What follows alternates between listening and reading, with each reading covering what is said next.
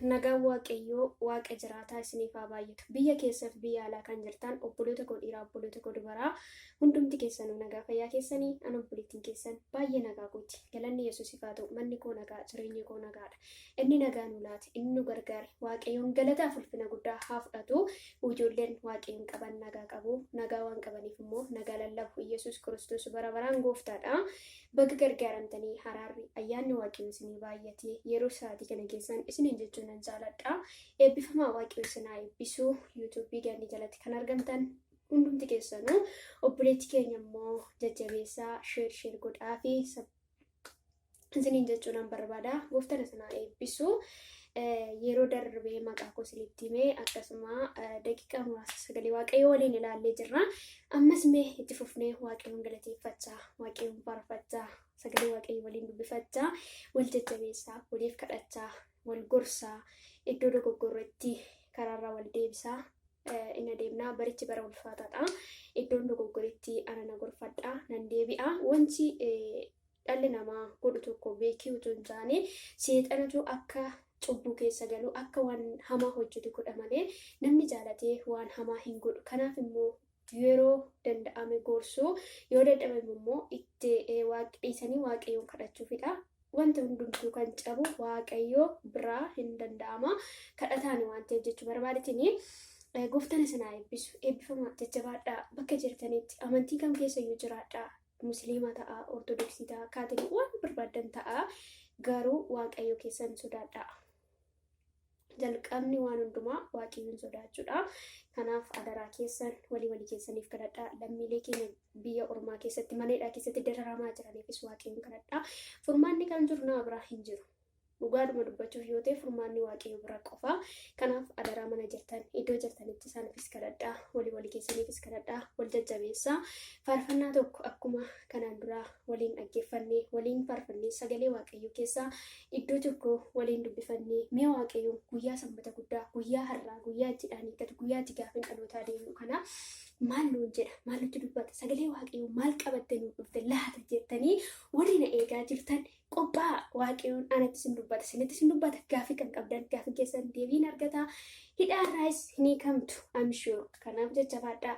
Obboleettii keenyaafis immoo jajjabeessaa kadhadhaa fi waaqayyoon akka ishee gargaaru akka bakka ergaa keessa ishee jiru hubannaa qabdu isiniif dabarsitu isinii jechuun dhaamsa kootidha. Mee faarfannaa tokko waliin dhaggeeffannaa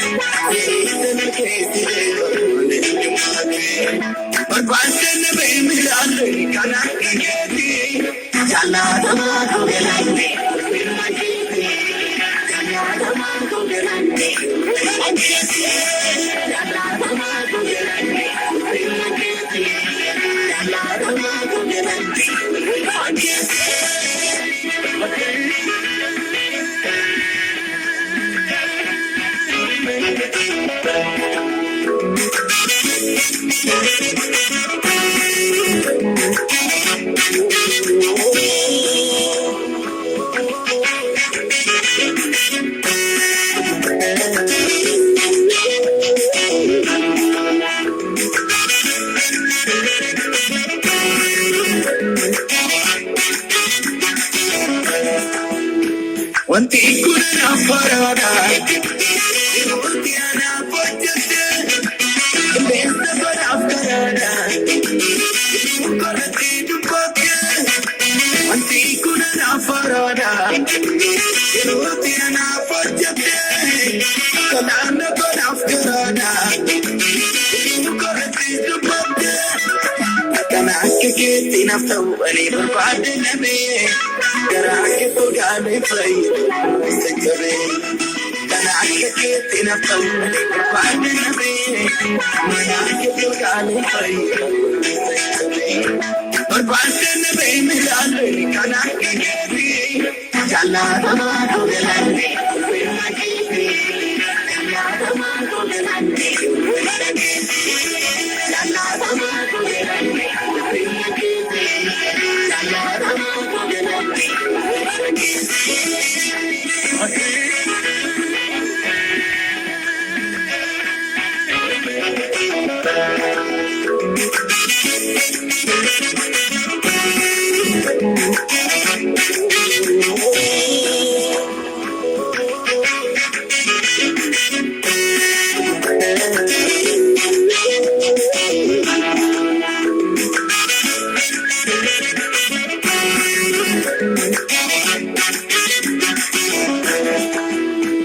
Isabina kutine pitu misana beka pala bantu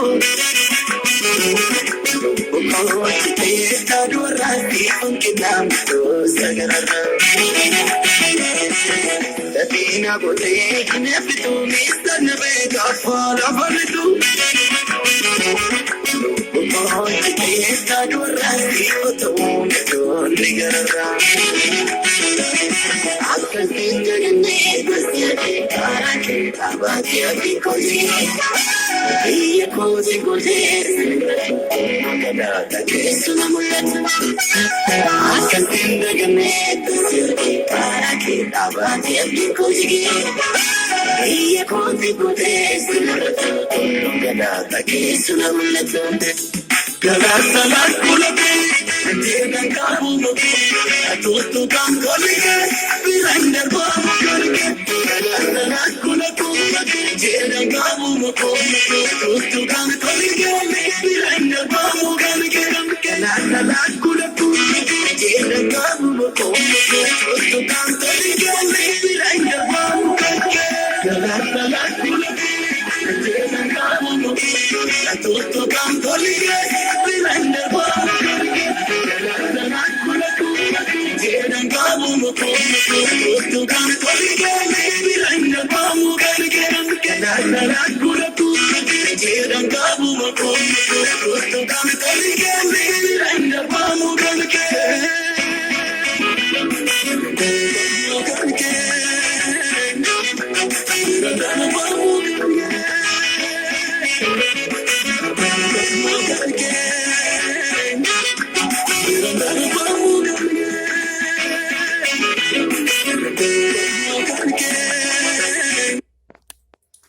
Gooftaan sana eebbisu akka faarfannaa kanatti eebbifamtan abdiifamantiin qaba.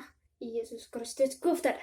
Karaa hundumaan ni galateeffama. Rakkina keessa yoo jiraanne, ari'atamaa yoo jiraanne, reebamaa yoo jiraanne, qorumsi yoo jiraate Yesus Kiristoos bara baraan gooftaadha hin galateeffama. Haala kam keessatti iyyuu yeroo hundumaa gooftatti gammadaa kan jiru Filiphos 4:4 yeroo darbe macaafa qulqulluu keessaa waliin ilaallee turre isin immoo akka Hafuurri qulqulluun isiniif hiikkattanii hin dubbifattu jedhee abdiifamantiin qaba.